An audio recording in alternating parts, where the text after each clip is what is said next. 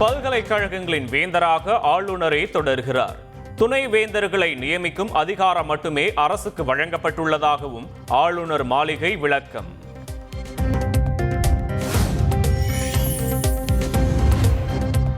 கூலி உயர்வு உள்ளிட்ட கோரிக்கைகளை வலியுறுத்தி விசைத்தறி உரிமையாளர்கள் நடத்தி வந்த தொடர் போராட்டம் வாபஸ். அமைச்சர்கள் குழு நடத்திய பேச்சுவார்த்தைக்கு பிறகு போராட்டம் முடிவுக்கு வந்தது. பொதுக்குழுவை கூட்டி விசைத்தறியை இயக்குவது குறித்து முடிவெடுப்போம் என அறிவிப்பு.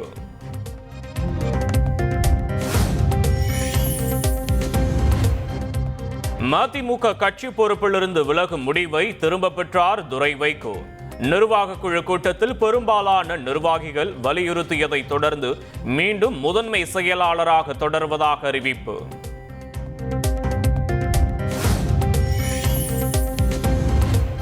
முதன்மை செயலாளர் துரை வைகோவுக்கு பக்கபலமாக இருப்பேன் என மல்லை சத்யா உறுதி. தனது நடவடிக்கைகள் துரை வைகோவின் மனதை காயப்படுத்தியிருந்தால் வருத்தம் தெரிவித்துக் கொள்வதாகவும் அறிவிப்பு.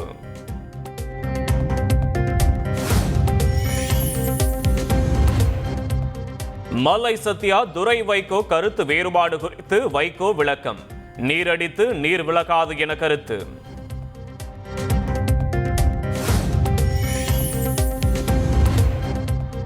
2026 தேர்தலுக்கு பின் தமிழ்நாட்டை விட்டு அவுட் ஆஃப் கண்ட்ரோலில் திமுக போகும் என பாஜக மாநில தலைவர் நயினார் நாகேந்திரன் பேச்சு.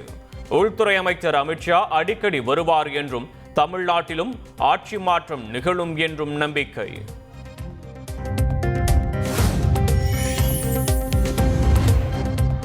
சிவகாசியில் ஏற்பட்ட மின்வெட்டால் காரின் முகப்பு விளக்கு வெளிச்சத்தில் நடைபெற்ற அதிமுக ஆலோசனை கூட்டம். திமுகவின் ஆட்சியில் மின்சாரம் எப்போது வரும் எப்போது போகும் என்பது தெரியவில்லை என முன்னாள் அமைச்சர் ராஜேந்திர பாலாஜி விமர்சனம். எந்த நேரத்தில் கரண்ட் போகுது என்று தெரியாது, கரண்ட் வரும் என்பதும் தெரியாது. எதை நம்பியும் வேலை செய்ய முடியாது.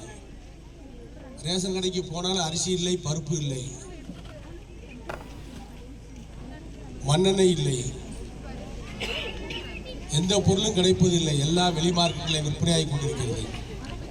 இதை தடுக்கின்ற அரசு வேடிக்கை பார்க்கின்றது.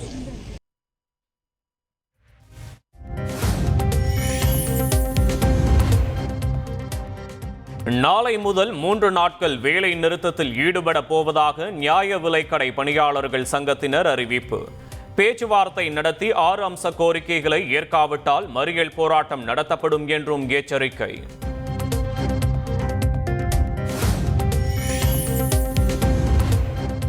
மும்பையில் நடைபெற்ற சென்னைக்கு எதிரான IPL லீக் போட்டியில் 9 விக்கெட்டுகள் வித்தியாசத்தில் மும்பை அபார வெற்றி. 8 போட்டிகளில் விளையாடியுள்ள சென்னை அணி 6வது தோல்வி அடைந்துள்ளதால் ரசிகர்கள் அதிர்ச்சி.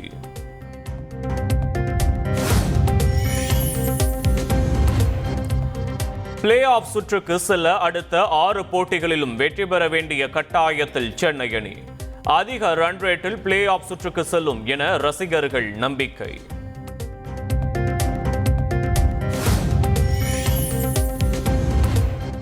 அமெரிக்க துணை அதிபர் JD வான்ஸ் மற்றும் அவரது மனைவி உஷா வான்ஸ் காலை 9:30 மணிக்கு இந்தியா வருகின்றனர்.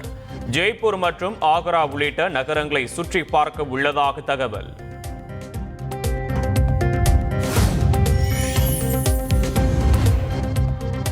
பெல்ஜியத்தில் நடந்த கார் பந்தய போட்டியில் நடிகர் அஜித் குமாரின் அணி 2வது இடம் பிடித்து அசத்தல். சமூக வலைதளங்களில் அஜித் குமாருக்கு வாழ்த்துக்களை தெரிவித்து வரும் ரசிகர்கள். ஆளுநருக்கு எதிராக திமுக பெற்ற தீர்ப்பு வரவேற்கத்தக்கது என ஆதவ் அர்ஜுனா கருத்து. வக்பு வழக்கில் திமுக மனு தாக்கல் செய்து வலுவான வாதத்தை முன்வைக்கவில்லை எனவும் விமர்சனம்.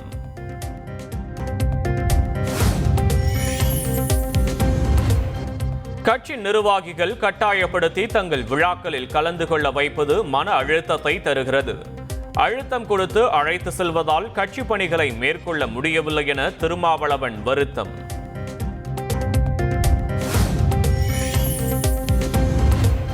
திமுகவினரால் தான் திருமாவளவன் மன அழுத்தத்தில் இருப்பதாக பாஜக மூத்த தலைவர் தமிழிசை சவுந்தரராஜன் பேச்சு. திமுக கூட்டணியே மன அழுத்தத்தில் இருப்பதாகவும் விமர்சனம்.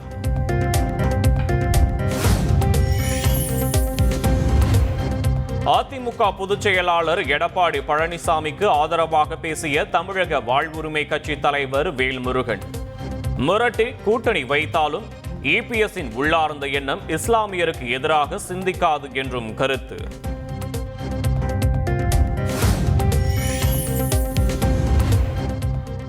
ராணிப்பேட்டை மாவட்டம் வாணிச்சத்திரம் அருகே தேசிய நெடுஞ்சாலையில் அடுத்தடுத்து 4 வாகனங்கள் மோதி விபத்து. குழந்தை உட்பட 5 பேர் படுகாயமடைந்த நிலையில் 8 வயது சிறுமி உயிரிழந்ததால் கதறி எழுத பெற்றோர்.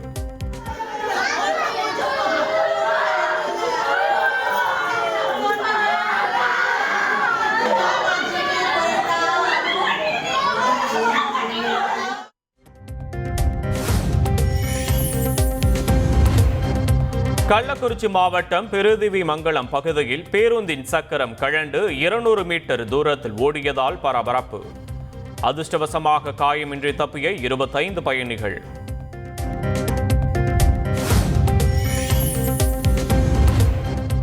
தஞ்சாவூர் மாவட்டம் ஐயம்பேட்டை சுற்றுவட்டார பகுதிகளில் 5 மணி நேரத்திற்கு மேலாக மின்தடை ஏற்பட்டதால் மக்கள் அவதி.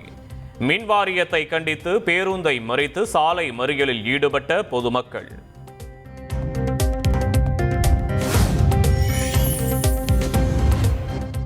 திருப்பத்தூர் அருகே கஞ்சா போதையில் ரகளையில் ஈடுபட்ட இளைஞருக்கு தருமாடி.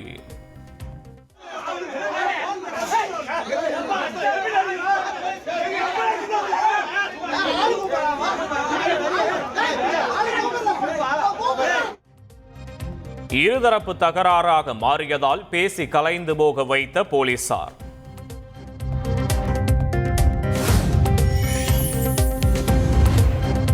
புதுக்கோட்டை மாவட்டம் அறந்தாங்கியில் சாலையில் கிடந்த பணத்தை எடுத்து காவல் நிலையத்தில் ஒப்படைத்த சிறுவர்கள். ஹோட்டலுக்கு அழைத்து சென்று பிடித்த பதார்த்தங்களை வாங்கி கொடுத்து பாராட்டிய போலீசார்.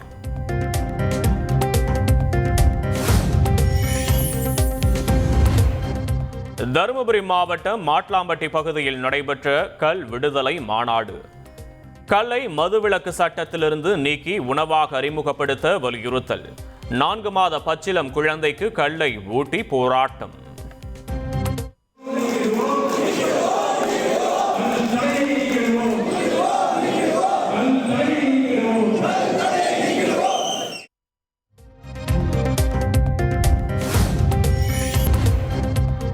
தேனி மாவட்டம் ஆண்டிப்பட்டியில் தனியார் பேருந்தும் சிமெண்ட் ஏற்றி வந்த மினி லாரியும் நேருக்கு நேர் மோதி விபத்து. லாரி ஓட்டுநர் சம்பவ இடத்திலேயே உயிரிழந்த நிலையில் தனியார் பேருந்தில் பயணம் செய்த 20க்கும் மேற்பட்டோர் காயம்.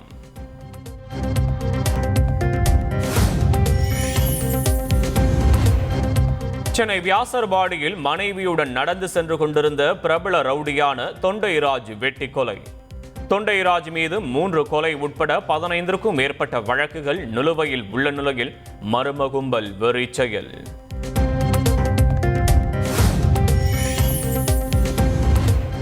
சமூக வலைதள விளம்பரம் மூலம் வேலைவாய்ப்பு மோசடியில் ஈடுபட்ட நபர் சைபர் கிரைம் போலீசாரால் கைது. சென்னை விமான நிலையத்தில் வேலை வாங்கி தருவதாக 5.5 லட்சம் ரூபாய் மோசடி செய்த நிலையில் போலீசார் அதிரடி.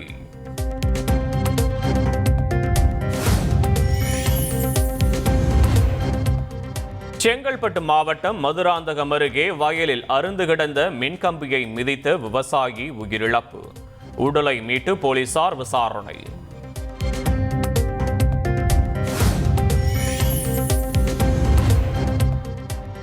ஈரோடு மாவட்டம் சத்தியமங்கலத்தில் ஆன்லைன் லாட்டரி சீட்டு விற்பனை, 4 பேர் கைது.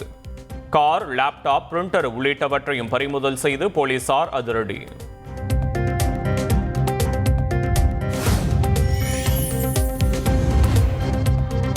நெல்லை மாவட்டம் மானூர் மற்றும் அதன் சுற்றுவட்டார பகுதிகளில் சூறை காற்றுடன் கனமழை. வெப்பம் தணிந்து குளிர்ச்சியான சூழல் நிலவியதால் பொதுமக்கள் மகிழ்ச்சி.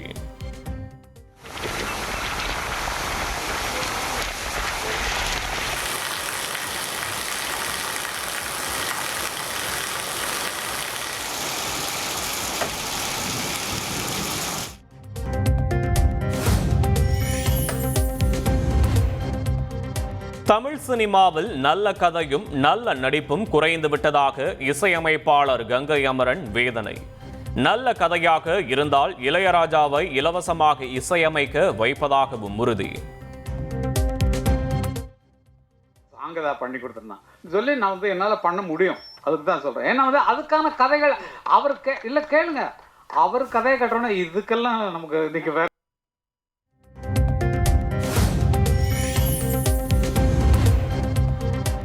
திரையரங்குகளில் படங்களை ரிலீஸ் செய்து தருவதாக கூறி சிலர் ஏமாற்றுவதாக இயக்குனர் பேரரசு குற்றச்சாட்டு.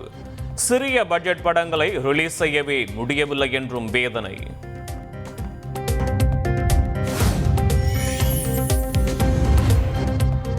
டப்பா கதாபாத்திரங்களில் நடிப்பதை விட முக்கியத்துவம் வாய்ந்த ரோலில் ஆன்டியாக நடிப்பது மேல்.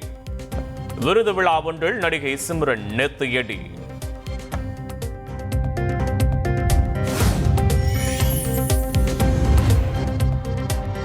பிக் பாஸ் 5வது சீசனில் பங்கேற்று காதலர்களாக மாறிய பாவனி மற்றும் அமீரின் திருமண நிகழ்ச்சி. இஸ்லாமியரான அமீர் ஹிந்து முறைப்படி தாலி கட்டி பாவனியை திருமணம் செய்து கொண்டார்.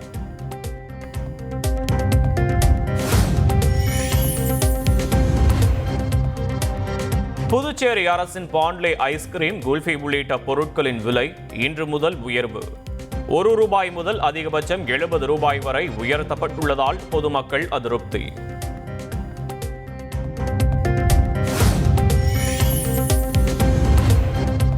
கர்நாடகா முன்னாள் டிஜிபி ஓம் பிரகாஷ் பெங்களூருவில் உள்ள அவரது வீட்டில் கத்தியால் குத்தி கொலை. ஓம் பிரகாஷை கொலை செய்த அவரது மனைவி பல்லவியை கைது செய்து போலீசார் விசாரணை.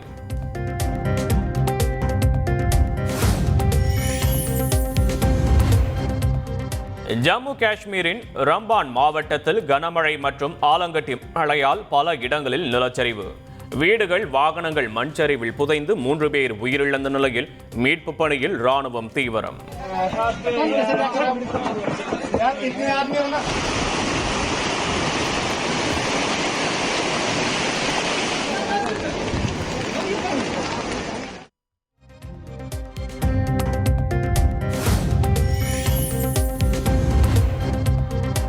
பஞ்சாப் மாநிலம் அமிர்தசரஸில் பைசாகி திருவிழாவை ஒட்டி மின் விளக்குகளால் ஜொலித்த பொற்கோயில். இரவை வண்ணமயமாக்கி பக்தர்களை கவர்ந்தெழுத்த வான வேடிக்கை.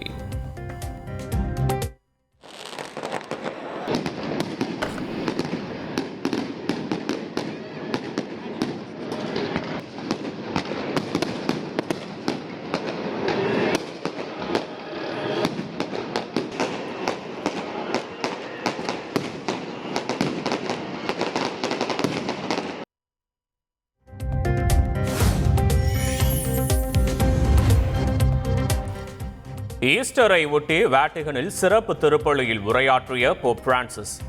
காசாவில் உடனடி போர் நிறுத்தத்திற்கு அழைப்பு விடுத்தார் போப்.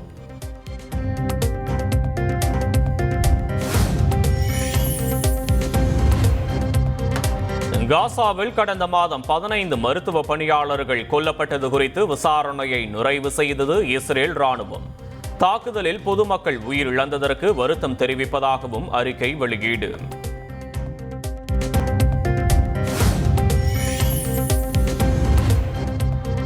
தற்காலிக போர் நிறுத்தத்தை மீறி 2000க்கும் மேற்பட்ட தாக்குதலை ரஷ்யா நடத்தியதாக யுக்ரைன் அதிபர் ஜெலன்ஸ்கி குற்றச்சாட்டு. இன்று நள்ளிரவு 12 மணியுடன் போர் நிறுத்தம் முடிவடைய உள்ள நிலையில் மேலும் 30 நாட்களுக்கு போர் நிறுத்தத்தை நீட்டிக்க வேண்டுகோள்.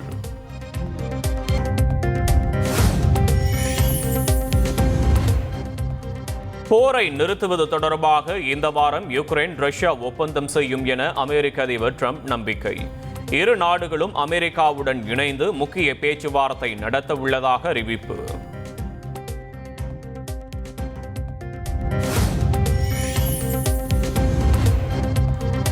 சீனாவின் சோங்கிங் நகரில் வானில் வர்ணஜாலம் காட்டிய ட்ரோன் ஷோ. ட்ரோன்கள் மூலம் காட்சிப்படுத்தப்பட்ட பலவிதமான உருவங்களை புகைப்படம் எடுத்து மகிழ்ந்த பொதுமக்கள்.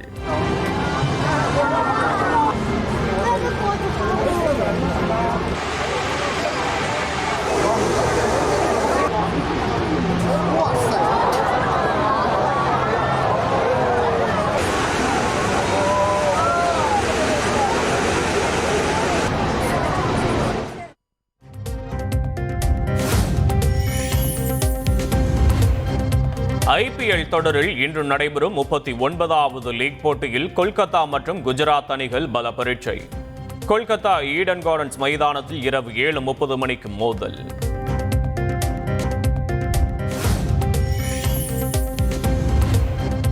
கோடை விடுமுறை மற்றும் ஈஸ்டர் காரணமாக உதகையில் குவிந்த சுற்றுலா பயணிகள்.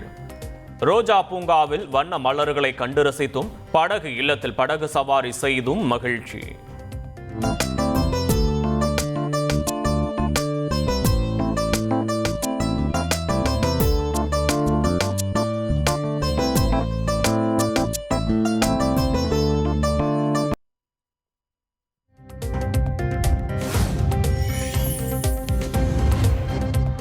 விடுமுறையை முன்னிட்டு அண்டை மாநிலங்களிலிருந்து நீலகிரிக்கு படையெடுத்த சுற்றுலா பயணிகள்.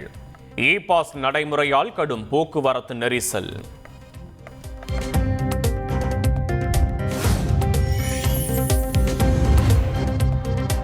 பிராமணர்கள் குறித்து சர்ச்சைக்குரிய வகையில் கருத்து தெரிவித்த திரைப்பட இயக்குனர் அனுராக் காஷ்யப் பலத்த எதிர்ப்பு எழுந்ததைத் தொடர்ந்து தனது கருத்து தவறாக புரிந்து கொள்ளப்பட்டதாக கூறி நிபந்தனையுடன் மன்னிப்பு கோரினார்.